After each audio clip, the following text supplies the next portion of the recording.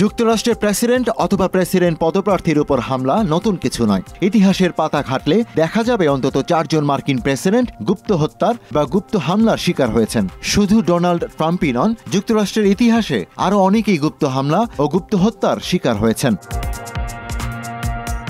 যুক্তরাষ্ট্রের নির্বাচনের সময় প্রার্থীদের উপর হামলার শুরু সেই অষ্টাদশ শতাব্দী থেকে।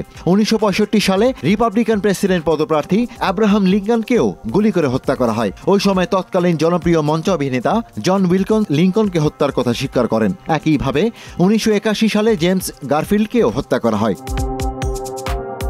1901 সালে আরেক রিপাবলিকান প্রেসিডেন্ট পদপ্রার্থী ম্যাকিনলেকে নিউ ইয়র্কে গুলি করে হত্যা করা হয়। ম্যাকের মৃত্যুর পর তৎকালীন ভাইস প্রেসিডেন্ট রুজভেল্ট যুক্তরাষ্ট্রের প্রেসিডেন্ট নির্বাচিত হন। 1912 সালে রুজভেল্টকেও নির্বাচনী প্রচারণার অংশ হিসেবে ভাষণ দেওয়ার সময় গুলি করা হয়, যদিও তিনি প্রাণে বেঁচে যান।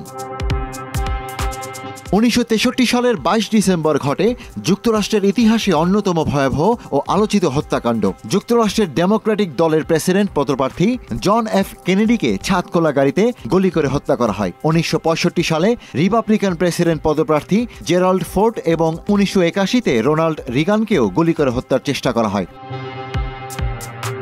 কংগ্রেশনাল রিসার্চ সার্ভিসের 2008 সালের একটি প্রতিবেদন অনুসারে মার্কিন যুক্তরাষ্ট্রে সাবেক ও বর্তমান প্রেসিডেন্ট ও প্রেসিডেন্ট প্রার্থীদের উপর 15 বার সরাসরি হামলার ঘটনা ঘটেছে, যার মধ্যে 5 জনের মৃত্যু হয়েছে। এছাড়া 45 জন প্রেসিডেন্টের মধ্যে 13 জন গুপ্ত হত্যার চেষ্টার মুখোমুখি হয়েছেন, যার মধ্যে 1975 সালে জেরাল্ড আর ফোর্ডকে দুবার, 1981-তে রোনাল্ড রেগান, বিল ক্লিন্টনকে 1994 এবং জর্জ ডব্লিউ বুশকে 2005 সালে হত্যার চেষ্টা চালানো হয়। এছাড়া সাবেক প্রেসিডেন্ট বারাক ওবামা, ট্রাম্প ও প্রেসিডেন্ট বাইডেনের ওপর হামলার চেষ্টার কথা উল্লেখ করা হয়েছে।